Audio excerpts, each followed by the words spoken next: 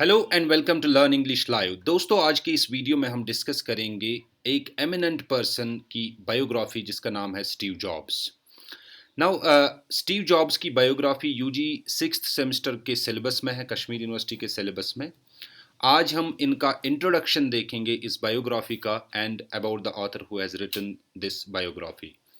दोस्तों, बायोग्राफी एक life story होता है किसी भी पर्सन का जो कोई थर्ड पर्सन लिखता है। So it's the life story of a person written by somebody else. Now about the author of this biography, that is biography of Steve Jobs. दोस्तों, ये बायोग्राफी लिखी है वॉल्टर आइजैक्सन ने, जो एक acclaimed American academic author and journalist रहे हैं। Isaacson was born in New Orleans, Louisiana in 1952 और Isaacson का फादर इंजीनियर था और इनकी मदर जो है she was a real estate broker.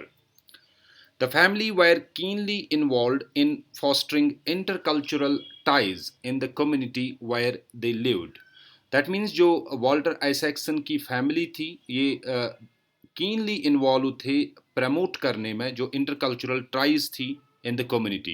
चनाची जो अमेरिका है उसमें इस एरिया में मुख्तलिफ कल्चर्स के लोग रहते थे, मुख्तलिफ रिलीजन्स के और मुख्तलिफ रेसेस के लोग थे। इनकी फैमिली जो थे they were involving in fostering, that means they were involve in promoting intercultural ties in that community where they lived. Isaacson worked to unite students of different religions and races to help develop a program for tutoring children. Isaacson एक journalist थे, इन्होंने बहुत बेहतरीन काम किया, मुख्तलिफ religion and races के लोगों को यूनाइट किया और उनके स्टूडेंट्स के लिए एक प्रोग्राम डेवलप किया।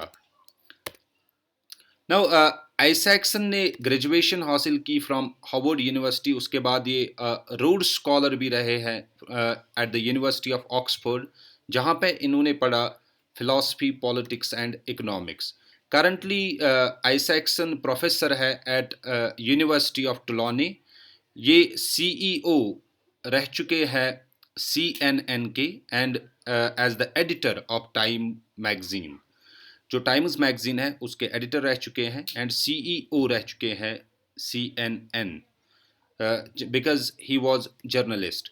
Now Isaacson has been described as a humanist with great compassion for humankind. लोग इसको मानते हैं as humanist who was advocate and follower of humanism. दोस्तों, ह्यूमनिज्म एक रैशनलिस्टिक आउटलुक है जिसमें हम अटैच करते हैं prime importance to humans rather than divine और सुपरनैचुरल मैटर्स, या रिलीजन को ज़्यादा तरजीह नहीं दी जाती है, डिवाइन मैटर्स को ज़्यादा तरजीह नहीं दी जाती है, इंसानी हुकूक को ज़्यादा तरजीह दी जाती है। जैसे हमने देखा कि ये कैसे इंटरकल्चरल टाइज में इन्होंने हिस्सा लिया, डिफरेंट रेसेस और रिलीजन के लोगों के साथ मिल के काम किया। That means he had great compassion for human kind. जो वॉल्टर आइजैक्सन है, इनके मेजर वर्क्स है Kissinger biography, Benjamin Franklin and American life, Einstein his life and universe, Steve jobs जो आज का हमारा टॉपिक है, ये भी एक इनकी बायोग्राफी है स्टीव जॉब्स जो इन्होंने 2011 में लिखी थी। Now Leonardo da Vinci, gene editing and the future of human race. Now this was about the author, that is Walter Isaacson. अब हम about the text जो स्टीव जॉब्स का बायोग्राफी आपके सिलेबस में है। This extract is a chapter titled The Apple One from the book Steve Jobs. The book, an authorized biography of American business magnate and co-founder of Apple, Steve Jobs, earned Isaacson the 2012 Gerald Loeb Award. दोस्तों, ये हमारे syllabus में जो दिया गया है ये biography, this is actually an extract जिसका नाम है इस चैप्टर का द एप्पल वन।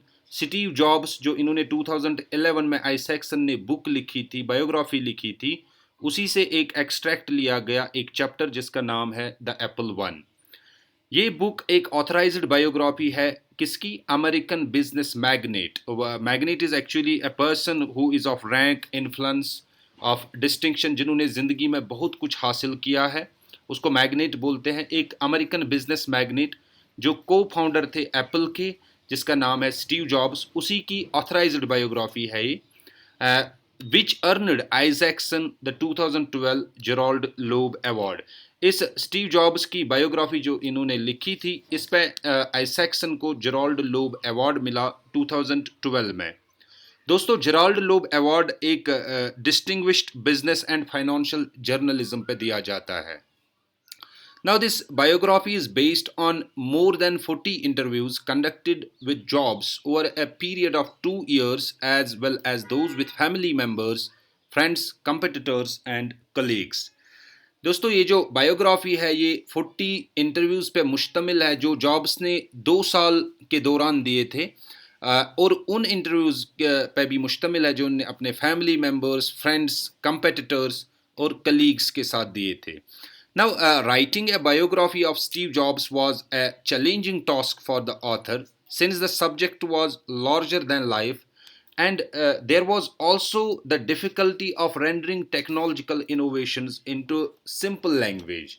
जो biography Steve Jobs की है, because he was such a person who was larger than life, इसकी biography लिखना एक challenging task था author के लिए। दोस्तों, यहाँ पे एक idiom का use किया गया है, larger than life. It is actually a person who attracts a lot of attention because they are more interesting or exciting than most people. So ये interesting भी था स्टीव जॉब्स, exciting भी था, but उसकी biography लिखना it was challenging task for Steve jobs, खास करके जो टेक्नोलॉजिकल इनोवेशंस थे उस टाइम पे उनको सिंपल लैंग्वेज में लिखना, it's really a challenging task. However, Isaacson succeeded in writing a gripping and intense portrait of the man who created Apple and revolutionized many sectors, that is, personal computers, animated films, phones, tablet computing, and digital publishing.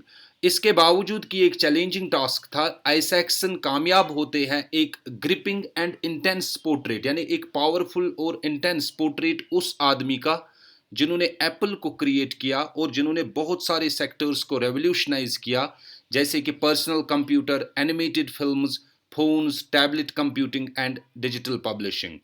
Now, Jobs did not try to control Isaacson during the writing of the book and allowed him enough freedom as a writer.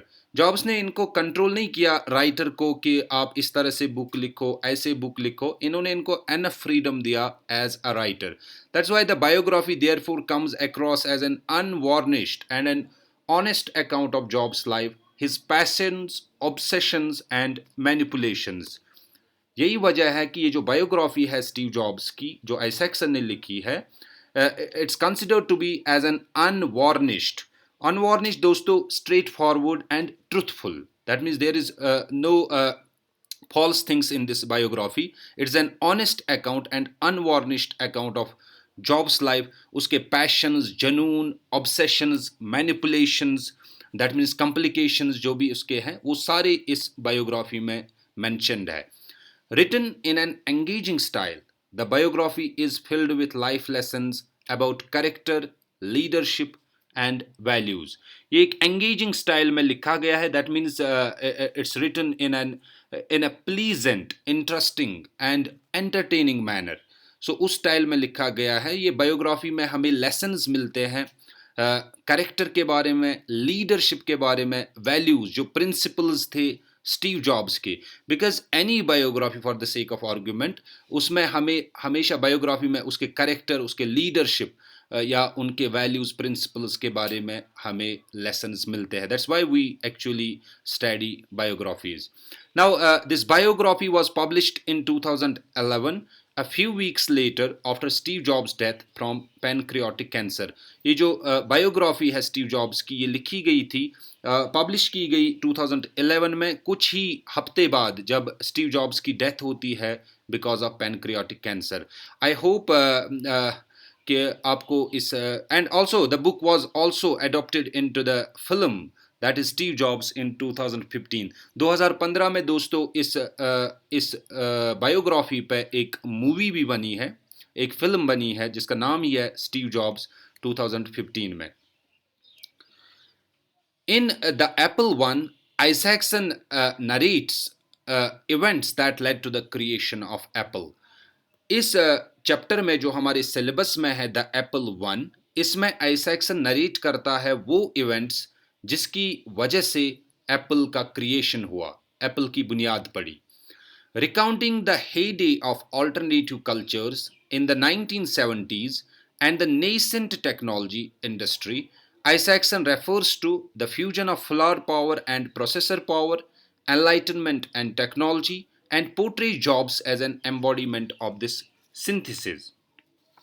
दोस्तों ये जो biography है the Apple one, इसमें Isaacson recount करता है, याद दहानी करता है उन दिनों की जो थे heyday of alternative cultures. Heyday means peak, peak time था उस टाइम किस चीज़ का? ऑल्टरनेटिव कल्चर्स का।